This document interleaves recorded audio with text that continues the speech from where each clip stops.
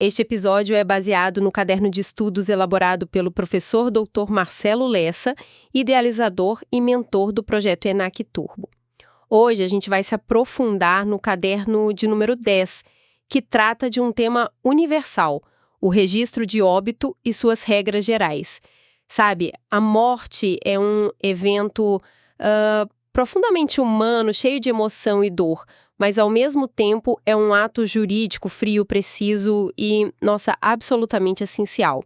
A forma como a lei tenta organizar essa transição, sabe, equilibrando o rigor técnico com a realidade do luto, é o que a gente vai explorar hoje. É um campo onde a burocracia encontra a biografia de uma pessoa pela última vez. Exatamente. É uma análise fascinante. O registro de óbito é muito mais do que tipo autorização para um sepultamento. Ele é o ponto final na personalidade jurídica de alguém. É o gatilho que dispara o direito sucessório, que reorganiza os laços familiares perante a lei e que redefine patrimônios. Vamos mergulhar na competência, nos prazos, nos documentos e principalmente naquelas situações limite, que testam a lógica do sistema, como a morte sem um corpo presente. Ótimo! Vamos começar pelo básico. Então, quando a gente fala desse registro, qual é a natureza jurídica dele? O que ele representa para o direito? Ele é o que a gente chama de ato jurídico stricto sensu. Certo. Os efeitos que a lei determina, nem mais nem menos. Diferente de um contrato, sabe? Onde as partes têm liberdade para negociar cláusulas. Aqui, as consequências são fixas, pré-definidas. A finalidade, como define o artigo 6º do Código Civil, é dar publicidade e segurança ao fim da existência da pessoa. É o documento que oficializa o fim da personalidade. E essa oficialização tem um efeito imediato gigantesco, né? Eu penso logo no princípio de Saizine. Precisamente. O registro de óbito é o pressuposto para a aplicação do princípio de Saizine. No instante da morte, a herança se transmite imediatamente aos herdeiros. O registro é a prova formal que permite que essa transmissão que já aconteceu de direito possa se concretizar de fato. E todo esse ato tão importante é formalizado num lugar específico, o livro C do Cartório de Registro Civil. A família. Onde registrar e em quanto tempo?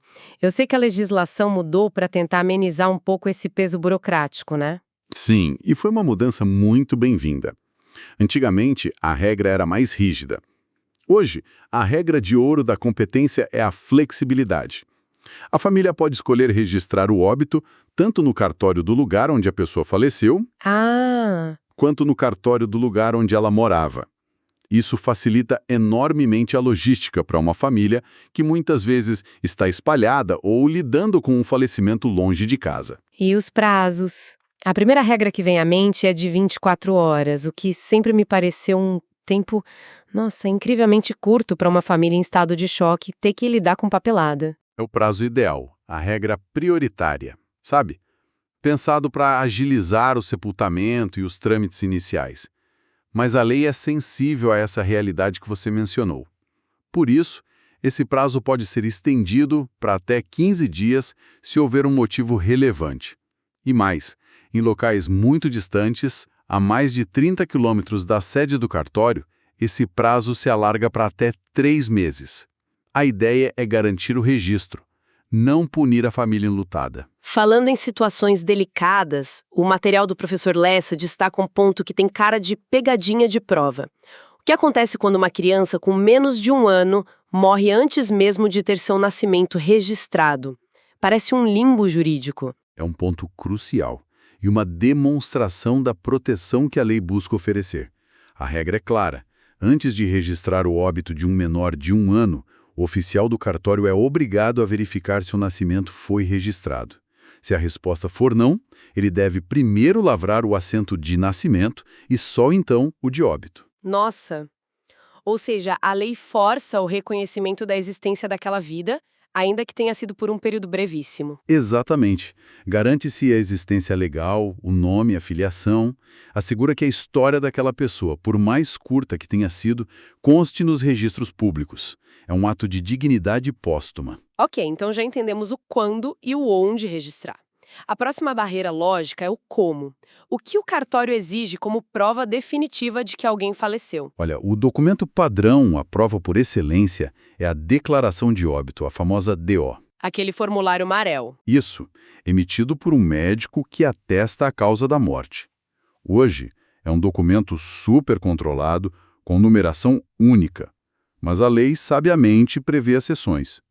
Imagine um vilarejo remoto no interior do país, onde não tem um médico disponível. A vida não para e a morte também não.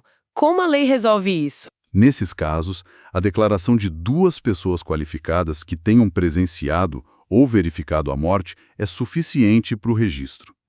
E tem ainda uma terceira via. Se o registro for solicitado depois que a pessoa já foi sepultada, talvez por uma emergência e não houve atestado, serão necessárias duas testemunhas que atestem o falecimento ou que estiveram no funeral e possam confirmar a identidade. A lei cria uma rede de segurança, então, para garantir que o registro aconteça. E isso me leva a uma questão prática. Quem tem a responsabilidade de ir até o cartório? É qualquer pessoa da família ou a lei define uma ordem? A lei define uma ordem, sim. O artigo 79 da Lei de Registros Públicos estabelece uma hierarquia de declarantes. E qual é a lógica por trás dessa hierarquia? Imagino que não seja aleatória. De forma alguma. A lógica é criar círculos concêntricos de responsabilidade, sabe? A lei começa pelo núcleo mais íntimo e vai se expandindo. O primeiro da lista é o chefe de família, que hoje a gente entende como cônjuge ou companheiro. Presume-se que essa pessoa tem o maior interesse e conhecimento. Se essa primeira linha falha, a responsabilidade passa para o parente mais próximo. E se não tiver família por perto? Aí a lei recorre às instituições. O próximo na lista é o administrador de um hospital, prisão ou qualquer estabelecimento onde a morte tenha ocorrido. Se essa via também falhar, a responsabilidade se difunde pela comunidade. O médico que assistiu o paciente, um sacerdote ou até um vizinho que presenciou o fato. E, em último caso, quando uma pessoa é encontrada morta sem ninguém, aí a responsabilidade recai sobre a autoridade policial. É um sistema para que ninguém fique sem registro. É uma estrutura bem pensada mesmo. Agora, vamos entrar num território que, para mim, é onde o direito fica realmente fascinante. As exceções. O que acontece quando não há corpo? Como a lei lida com o desaparecimento de alguém num desastre, tipo uma enchente ou um acidente aéreo? Nossa material de base diferencia dois institutos que são facilmente confundidos. Essa distinção é fundamental e um prato cheio para questões de concurso. Estamos falando da justificação de óbito e da morte presumida. Parecem sinônimos, mas juridicamente são mundos diferentes. Vamos começar pela justificação de óbito. Quando ela se aplica? A justificação de óbito, lá do artigo 88 da Lei de Registros Públicos, é para situações de catástrofe.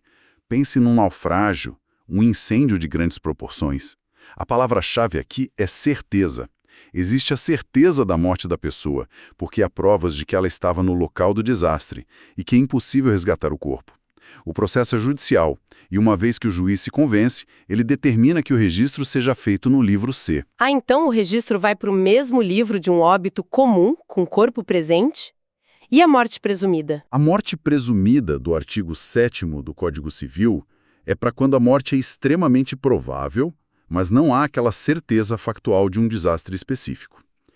Pense num alpinista que desaparece numa escalada perigosa, ou num militar que some em campanha e não é encontrado até 2 anos após a guerra.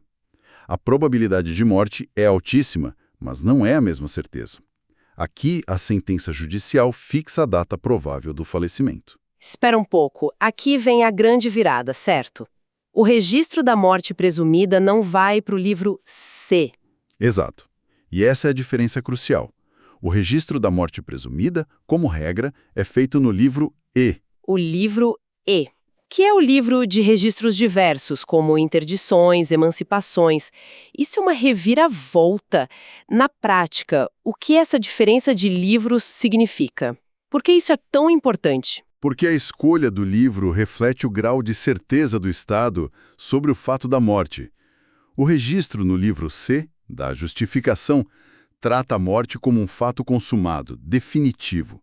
A sucessão dos bens acontece de forma mais robusta. Já o registro no livro E, da morte presumida, carrega uma sombra de dúvida. Ele resolve a situação jurídica, mas a lei mantém mecanismos para o caso, ainda que improvável, de a pessoa reaparecer. Me dá um exemplo prático dessa diferença. Claro. Imagine que os herdeiros de alguém cuja morte foi registrada no livro E, a presumida, vendem um imóvel da herança. Se por um milagre essa pessoa reaparece, a lei estabelece um sistema para que ela possa reaver seus bens, com regras específicas. A sucessão é provisória por um tempo. No caso da justificação de óbito, no livro C, a sucessão é definitiva desde o início. A venda daquele imóvel seria, em princípio, inquestionável. A diferença no livro de registro tem consequências patrimoniais enormes. Fantástico. Fica muito claro. Agora, vamos condensar os pontos-chave, aqueles que, como diz o professor Lessa no fechamento estratégico do caderno, precisam estar na ponta da língua para uma prova. Vamos lá, um resumo rápido e estratégico. Primeiro, o livro do óbito comum é sempre o livro C. Segundo, para o natimorto, que é aquele que nasce sem vida, o registro é feito num livro especial, o C auxiliar. Um detalhe sensível aqui é que o natimorto tem direito a receber um nome, mas não um CPF, porque, bom, para a lei, ele não chegou a adquirir personalidade civil. Outro ponto que sempre gera dúvida é a cremação, especialmente em casos de morte violenta. Sim, é uma pegadinha clássica. Em caso de morte natural, a cremação é mais simples. Mas se a morte foi violenta, um acidente, um homicídio, a cremação só pode ocorrer com autorização judicial. Ah, faz todo sentido. E a lógica é óbvia, né? O corpo é a principal prova de um crime. A autorização do juiz, após ouvir o Ministério Público, garante que a destruição dessa prova não vai prejudicar uma investigação. Recapitulando também o caso do menor de 1 ano que a gente já mencionou. Isso, óbito de menor de 1 ano. Obrigatório verificar o registro de nascimento antes. Se não tiver, faz o de nascimento primeiro, depois o de óbito. E, por fim, as comunicações obrigatórias. O cartório não guarda informação do óbito para si. Ele tem o dever de comunicar à Receita Federal, à Justiça Eleitoral, o INSS. E o objetivo é evitar fraudes, imagino. Como alguém continuar recebendo aposentadoria ou ter o título de eleitor usado indevidamente. Exatamente. É uma medida de segurança que encerra a vida cívica e fiscal da pessoa, protegendo o sistema e a própria família. E sobre custos? Registrar um óbito custa caro? Ponto fundamental. Não custa nada. Tanto o registro de óbito quanto a emissão da primeira certidão são inteiramente gratuitos para todos, por força da Lei 9.534 de 97. Não depende de declaração de pobreza, é um direito universal para garantir a dignidade no momento do luto. E por último, mas não menos importante, o CPF. O que acontece com ele? A inclusão do CPF no assento de óbito é obrigatória. Assim que o registro é feito, a comunicação do cartório para a Receita Federal resulta no cancelamento do documento. Isso é crucial. Encerra a vida fiscal da pessoa e, o mais importante, protege a família contra o uso fraudulento do CPF do falecido, o que infelizmente é muito comum. Uau! É uma análise que vai muito além do que a gente imagina. Mostra como o registro civil é uma engrenagem precisa que organiza um dos momentos mais definitivos da existência, buscando trazer segurança jurídica e respeito à memória de quem partiu e aos direitos de quem fica. Sem dúvida. Como o professor Lessa reflete em seu material, o registrador civil atua como um guardião da verdade biográfica. E essa ideia me remete a uma citação que ele inclui do Salmo 139. Os teus olhos viram o meu corpo ainda informe, e no teu livro todas estas coisas foram escritas. Cada registro, do primeiro choro ao último suspiro, é parte dessa história que o Estado tem o dever de preservar. Reflexão. Como um ato que parece tão burocrático, pode, na verdade, ser a última linha de defesa da identidade e da dignidade de uma pessoa perante a sociedade. É algo para se pensar. Podcast produzido a partir do conteúdo do projeto ENAC Turbo, sob autoria e orientação do professor doutor Marcelo Lessa. Se esse conteúdo ajudou, não esquece de se inscrever no canal e ativar o sininho das notificações. Assim, o YouTube avisa imediatamente assim que o próximo resumo for liberado. Deixe nos comentários qual tema gostaria de ver analisado. Até a próxima!